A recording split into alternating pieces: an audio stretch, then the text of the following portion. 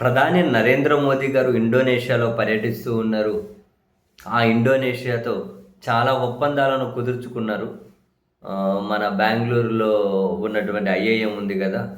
IIM తన ఒక శాఖను ఇండోనేషియా అంటే ఈస్ట్ జావాలో అక్కడ ఒక శాఖ ఏర్పాటు చేయబోతూ ఉన్నారు.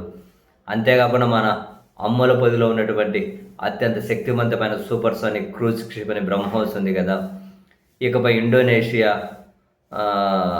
ఇండోనేషియాకు దాన్ని విక్రయించేందుకు నిర్ణయం తీసుకుంది భారత్.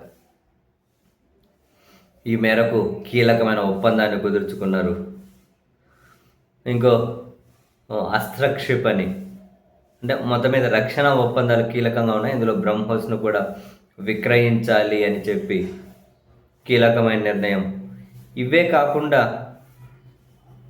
రక్షణ రంగ ఉత్పత్తులు, విద్య రిలేటెడే కాకుండా మరో కీలకమైన ఒప్పందం అంటే ముసాయిదా ఒక అవగాహన ఒక ఎంఓయూ మీద అయితే సంతకం పెట్టిండేది ఏంటి అంటే అక్కడ ఎన్నికల నిర్వహణతో పాటు బేసిక్గా 140 కోట్ల మంది భారతీయులకు ఇక్కడ ఓట్లు నిర్వహిస్తున్నటువంటి ఈ వ్యవస్థలు ఏదైతే ఉన్నాయో ఎన్నికల వ్యవస్థ ఇంత అపార అనుభవం ఉంది కాబట్టి ఈ ఎన్నికల వ్యవస్థ ఎన్నికల నిర్వహించడం ఎలా ఎన్నికల నిర్వహణతో పాటు ఈవీఎంలను కూడా ఇండోనేషియాకు ఎగుమతి చేయాలని చెప్పి ఇండోనేషియా భారత్ మధ్య అవగాహన ఒప్పందం కుదిరింది.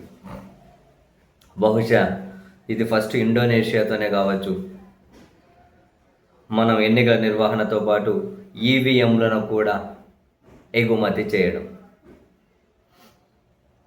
సో మొత్తం మీద మన ఈవీఎంలు ఇక ఇండోనేషియా ఎన్నికల వ్యవస్థలో కీలకంగా పని చేయబోతూ ఉన్నాయి.